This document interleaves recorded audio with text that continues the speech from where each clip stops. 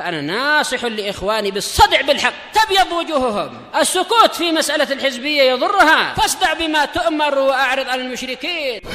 سلامي على دماج ورجالها والشيخ يحيى ودار العلم يا سعد بانيها. بسم الله، الحمد لله والصلاة والسلام على رسول الله وعلى آله وصحبه ومن اتبع هداه. أشهد أن لا إله إلا الله وحده لا شريك له وأشهد أن محمدا عبده ورسوله عليه الصلاة والسلام تسليما كثيرا مزيدا. أما بعد, kita akan kembali mengkaji kajian Al-Mabadi'ul Mufidah fi Tauhid wal Fiqh wal Aqidah, sebuah tulisan milik Syekh Yahya ibn Ali Al-Hajuri hafizahullah ta'ala. Masih pada pembahasan tentang Mabadi'ul Fiqh bagian kedua dari judul buku ini. Tepatnya pada Mabadi'ul Fiqh, materi pembahasan penting merupakan rukun Islam yang kedua, yakni salat. Beberapa poin telah kita ambil tentang gerakan-gerakan salat. Begitu berkaitan dengan syarat-syarat sah salat telah kita kaji. Kemudian masuk pada pembahasan berikutnya tentang gerakan salat, mulai dari rukun salat, kewajiban salat, serta sunnah-sunnah salat. Yang mana pembahasan dalam gerakan salat telah kita kaji, diantaranya adalah dimulai dari takbiratul ihram, sambil mengangkat tangan, mengangkat kedua tangan dalam takbir. Dan terdapat pada 4 tempat telah kita kaji. Kemudian setelah itu bersedekap, membaca doa iftitah, disusul dengan membaca isti'adah. Dilanjut lagi dengan membaca basmalah, kemudian membaca surat Al-Fatihah, dan hukumnya adalah rukun. Kali ini kita akan mengambil berikutnya. Pembahasannya berikutnya kita akan ambil adalah tentang poin yang ke-74. Langsung saja kita baca kata sang penulis Syekh Yahya ibn Ali Al-Hajuri, semoga Allah merahmati, semoga Allah menjaga beliau. Ar-Rabi was-Sab'un, poin yang ke-74, At-Ta'min, mengaminkan. Atau dengan bahasa lain, membaca amin setelah membaca Al-Fatihah. Dan membaca amin sebagaimana membaca basmalah ini diperuntukkan kepada seluruh pihak yang menegakkan salat, baik itu posisinya sebagai imam ataupun makmum, dan juga munfarid, artinya yang salat dalam keadaan sendiri. Nah, ini diperuntukkan kepada imam, makmum, dan juga munfarid, orang yang salat sendiri. Dan yang maksud dengan ta'min, membaca amin, adalah ucapan amin sebagai penutup dari surat Al-Fatihah. Al-Fatihah dibaca oleh makmum, kemudian pada salat jahriyah dijaharkan, pada salat sirriyah disirkan. Dan pada salat yang dibesarkan, suaranya diperdengarkan, suaranya juga dibaca dalam keadaan suara yang besar. Kalau pada salat yang sir, yang tidak dijaharkan suaranya, juga dibaca dalam keadaan sir. Ada keutamaan dari membaca ta'min. Kita akan baca dalilnya. Kata sang penulis Syekh Yahya ibn Ali Al-Hajuri hafizahullah, wa dalilu hadis Abi Hurairah radhiyallahu anhu qala. Dan dasar hukumnya adalah hadis dari Abu Hurairah, semoga Allah meridhoinya, dan dia berkata, qala Rasulullah sallallahu alaihi wasallam, berkata Rasulullah sallallahu alaihi wasallam, idza qala al-imam ghairul maghdubi alaihim waladdallin faqulu amin, muttafaqun alaih. Hadisnya Abu Hurairah, riwayat Imam Bukhari dan Imam Muslim. Kata Rasulullah sallallahu alaihi wasallam, apabila imam mengucapkan, yakni ayat terakhir dari surat Al-Fatihah, ghairul maghdubi alaihim waladdallin, kemudian kata Nabi sallallahu alaihi wasallam, ucapkanlah kalian amin. Datang dengan lafaz qulu dari Nabi sallallahu alaihi wasallam sebagai bentuk perintah, dia adalah fil amar, perintah dari Nabi sallallahu alaihi wasallam, menunjukkan bahwasanya hal ini adalah disyariatkan di dalam salat. Ucapkanlah amin. Dan dengan perincian bahwasanya apabila di salat jahriyah juga diucapkan dengan jahar, dikeraskan suaranya. Namun apabila dalam salat sirriyah juga disirkan suaranya. Perhatikan dari tulisan amin. Sekaligus mendapatkan isyarat kepada kita tentang cara bacanya. Bukan seperti yang diucapkan oleh sebagian orang dengan lafaz yang sangat pendek. Amin. Karena di awal terdapat 2 alif. Nanti ini mat. Dalam hukum tajwid namanya mat. Paling pendek 4, 5 sampai 6 harokat. Kemudian diakhiri juga dengan mat arin lis-sukun. Arif lis-sukun pengganti dari amin. Maksudnya pengganti dari sukun juga dilafadzkan dengan 4, 5 atau 6 harokat. Jadi bacaannya panjang. Amin. Dan ini cara baca yang tepat. Muttafaqun alaih. Datang hadis yang kedua kita baca. Wa an Aisyah radhiyallahu anha anin Nabi sallallahu alaihi wasallam. Qala. Dari Aisyah semoga Allah meridhoinya, dari Nabi sallallahu alaihi wasallam beliau berkata. Ini hadis yang kedua setelah hadis yang pertama tadi dari hadis Abu Hurairah riwayat Imam Bukhari dan Imam Muslim. Kali ini datang dari Aisyah riwayat Imam Ibnu Majah, akan datang nantinya. Qala kata Rasulullah sallallahu alaihi wasallam, "Ma hasadatkumul yahudu ala syai'in ma hasadatkum ala salami wat ta'min." Kata Rasulullah sallallahu alaihi wasallam, tidaklah Yahudi dengki kepada kalian akan sesuatu lebih daripada kedengkian mereka kepada kalian dalam hal salam dan ucapan amin yang di dalam salat. Kita ulangi bunyi hadisnya, kata Nabi sallallahu alaihi wasallam, tidaklah kedengkian Yahudi kepada kalian akan sesuatu lebih daripada kedengkian mereka kepada kalian akan salam dan ucapan amin yang di dalam salat. Artinya orang Yahudi, barakallahu fikum jami'an, bahwasanya mereka dengki terhadap orang muslim. Kata Allah Subhanahu wa taala dalam surat Al-Maidah, "Wa la tajidanna ashaddan nasi adawatan lil ladzina amanu al-yahuda wal ladzina asyraku." La tajidanna ashaddan nasi adawatan lil ladzina amanu al-yahuda wal ladzina asyraku. Engkau akan mendapati wahai Muhammad orang yang paling besar permusuhan mereka kepada orang-orang beriman adalah orang Yahudi dan orang yang orang melakukan kesyirikan, orang musyrik. Dan kedengkian mereka terdapat pada hadis yang Nabi SAW ucapkan kepada kita ini, bahwa mereka hasad, mereka dengki, mereka iri. Dan yang paling besar kedengkian mereka kepada orang Islam banyak sekali. Namun ini yang paling besar di antaranya adalah ucapan salam kita ketika bertemu, saling bertemu, mengucapkan Assalamualaikum. Yang di mana di agama mereka tidak ada. Demikian juga dalam membaca Al-Fatihah terdapat 7 ayat. Terkhususnya 4 ayat penutup terakhir terdapat doa di dalamnya. Doa yang agung, pertama meminta ditunjuki ke jalan yang lurus. Doa 6 didekatkan kepada jalannya para nabi, siddiqin, syuhada dan sholihin. Doa agar dijauhkan dari jalan orang Yahudi dan jalan orang Nasr. Kemudian diaminkan di dalam salat yang mana adalah ibadah. Tentunya kemungkinan untuk dikabulkan oleh Allah doa tersebut apalagi diaminkan adalah sangat besar. Makanya mereka dengki. Artinya keutamaan mengucapkan amin di dalam salat sangatlah besar. Dan hukumnya adalah sunnah. Baca amin di dalam salat bukan bagian daripada surat Al-Fatihah. Ini gerakan berikutnya, lanjutan dari gerakan-gerakan salat yang telah kita kaji sebelumnya. Setelah membaca Al-Fatihah disusul dengan amin, ucapan amin.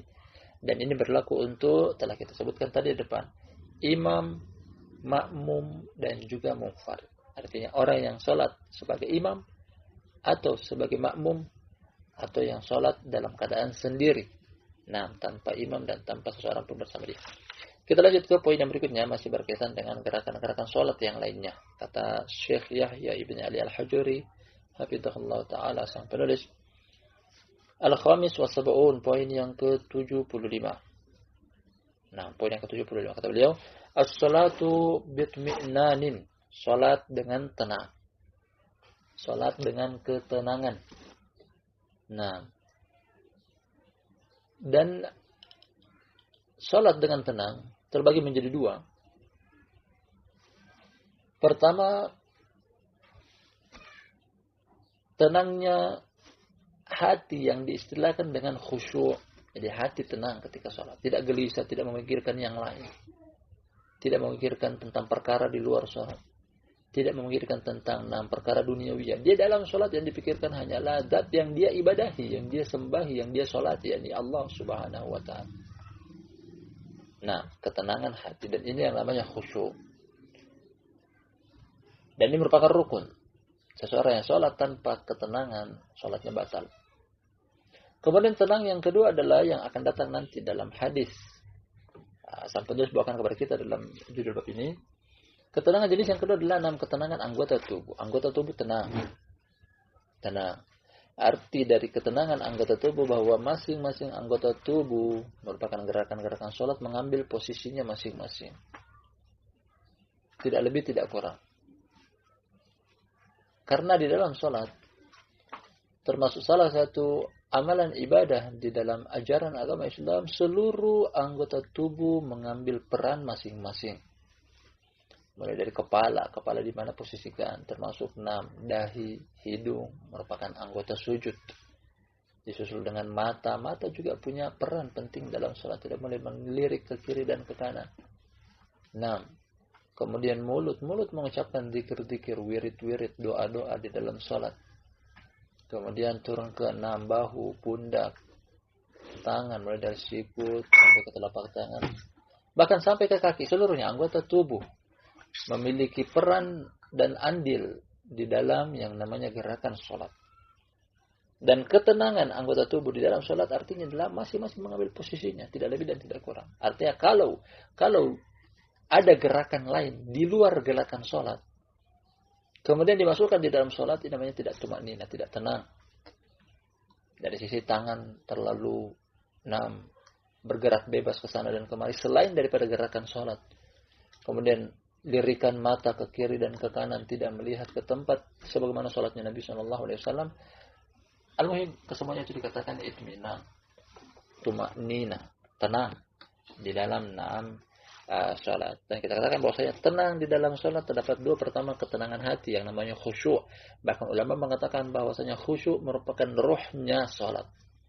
Sebagaimana manusia tidak bisa hidup tanpa ruh, demikian juga sholat seseorang tidak akan diterima tanpa khusyuk. Ibaratnya sholatnya tersebut seperti orang munafik yang datang dalam hadis bahwasanya orang-orang munafik sholatnya ibaratnya seperti ayam mematuk makanan. Kalau kita pernah melihat ayam yang diberikan makanan, dia akan mematuk makanan dengan begitu cepat dan kencangnya. Artinya mulut paruhnya akan terus mematuk makanan dan begitu cepat. Seperti itulah sholat orang munafik. Cepat naiknya, turunnya, balik lagi. Gerakan sholatnya hanya hitung beberapa detik saja dan selesai. Sholat dengan tumakninah hukumnya adalah rukun. Artinya seseorang yang seseorang yang sholatnya tanpa tumakninah, sholatnya tidak sah. Wa dalilu hadis Abi Hurairah radhiyallahu anhu anna Nabiy sallallahu alaihi wasallam qala lil musi' salatahu. Dan dasar hukumnya adalah hadis Abu Hurairah, semoga Allah meridainya, bahwasanya Nabi sallallahu alaihi wasallam beliau pernah berkata kepada orang yang jelek salatnya. Ini istilah khusus dari ulama ahlul hadis tentang hadis yang di depan kita ini. Akan datang alur cerita bahwasanya seseorang dia salat di hadapan Nabi sallallahu alaihi wasallam, namun salatnya salah, makanya disuruh oleh Nabi sallallahu alaihi wasallam mengulangi salatnya. Dengan alasan bahwasanya tidak ada tumakninah. Jadi hadis ini alur ceritanya adalah Nabi sallallahu alaihi wasallam menganjurkan bagi orang yang jelek salatnya, salah salatnya, keliru salatnya untuk mengulangi. Dimulai dari perkataan Nabi sallallahu alaihi wasallam, "Idza qumta ila sholati fakabbir." Apabila engkau bangkit untuk salat, mulailah bertakbir. Namanya takbiratul ihram. Takbir yang pertama. Dan di sana ada takbir-takbir yang lain dalam setiap perpindahan gerakan salat. Ditandai dengan takbir. Ini takbir yang pertama namanya takbiratul ihram. Takbir yang mengharamkan seluruh gerakan selain gerakan sholat. Summa qra' ma tayassara ma'aka minal Qur'an. Lanjut Nabi SAW. Kemudian bacalah apa yang mudah bagi engkau dari Al-Quran. Baca yang mudah bagi engkau dari Al-Quran. Summa rka' hatta tatma'inna raki'an. Mulai dari lafaz ini. Kemudian rukuklah sampai engkau benar-benar tenang di dalam rukuk. Artinya tenang di dalam ruku, tumaknina di dalam ruku. Kata sebagian mereka bahwasanya ketika ruku sejajar mulai dari kepala ke leher, punggung sampai ke pinggang. Jadi seakan-akan kalau meletakkan wadah semacam wadah air berisikan air, tidak akan tumpah air tersebut karena saking tenangnya. Nah, lurus, tegak lurus mulai dari kepala turun ke leher, punggung atau pundak, mulai ke pinggang, semuanya tegak lurus dan tenang. Tidak ada yang terlalu moncong ke atas, tidak ada terlalu merunduk ke bawah, tidak juga bergerak kiri dan kanan, tapi tenang dan lurus. Sampai dikatakan tenang di dalam ruku sampai segitu aturannya. Tsumma rfa' hatta ta'tadila qa'iman, kemudian bangkitlah sampai engkau tegak berdiri. Ini pada posisi setelah bangkit dari ruku, namanya i'tidal. Dan i'tidal di sini kata Nabi sallallahu alaihi wasallam, ta'tadila qa'iman, sampai engkau betul-betul berdiri tegak lurus.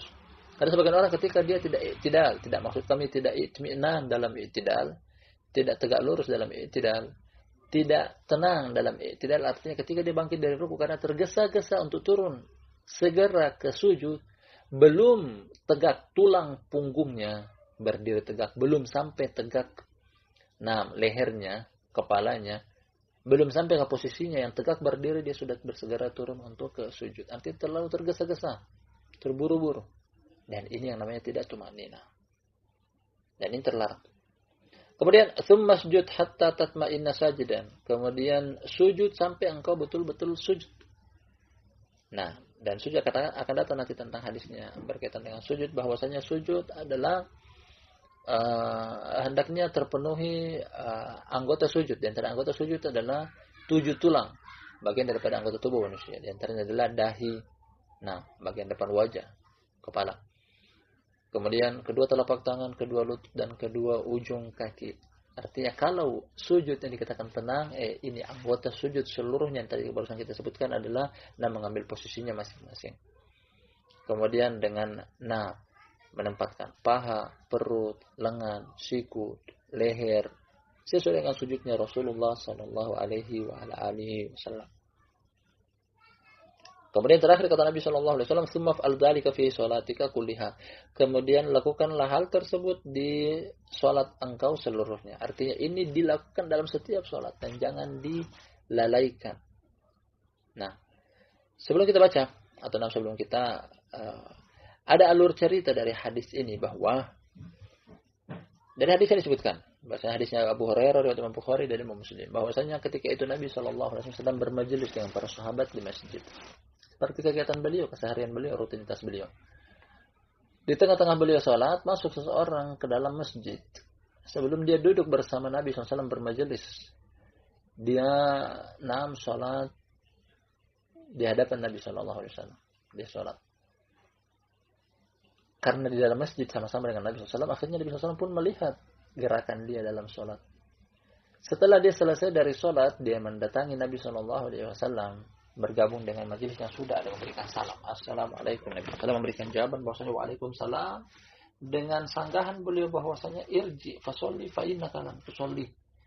Nabi SAW memberikan arahan bahwasanya kembalilah sholat karena engkau belum sholat. Artinya Nabi SAW memerintahkan dia untuk mengulangi sholat yang tadinya Nabi SAW menyaksikan sholat dia pertama kali di hadapan mata beliau.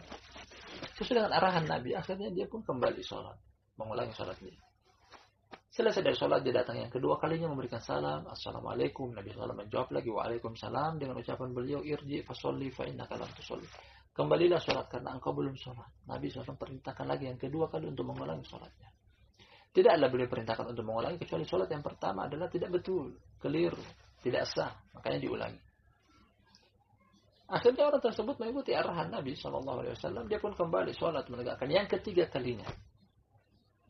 Di sholat, selesai dari sholat, didatangi lagi Nabi SAW dengan ucapkan Assalamualaikum. Beliau menjawab Waalaikumsalam. Yang ketiga kalinya beliau ucapkan lagi irji fasolli fa innaka lam tusolli. Kembalilah, sholat ulangi. Ulangi sholat engkau karena sungguh engkau belum sholat. Orang tersebut sudah 3 kali mengulangi sholatnya.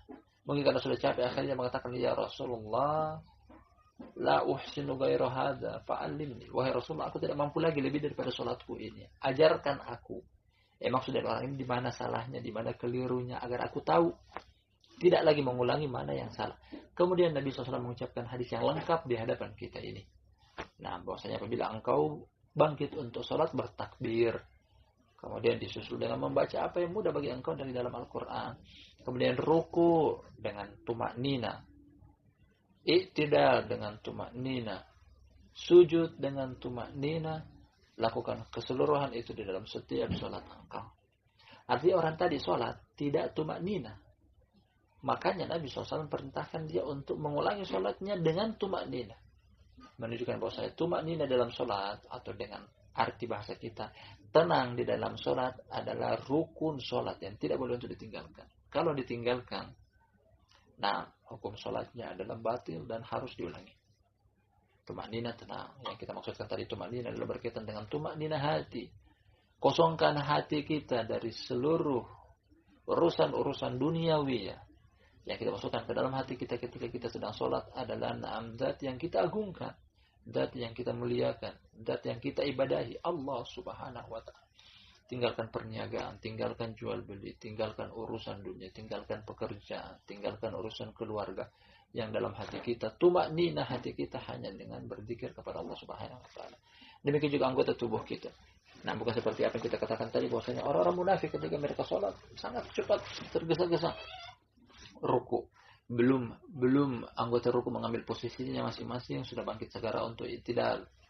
Belum tegak tulang punggung lurus, tergesa-gesa. Nah, entah urusan apa dia di luar sana karena segera ingin selesai sholatnya, karena ada urusan yang menanti dia di luar. Nah, tumaknina hukumnya adalah rukun, baik itu tumaknina hati yang namanya khusyuk atau tumaknina anggota tubuh. Nah, terakhir kata penulis dalam poin ini, muttafaqun alaih, hadisnya adalah riwayat Imam Bukhari dan Imam Muslim. Nah, mungkin ini sempat kita ambil pada pertemuan kita di sore hari yang berberapa ini. Mudah-mudahan bermanfaat apa yang kita kaji, lebih dan kurangnya mohon dimaafkan. Al-ilmu indallah.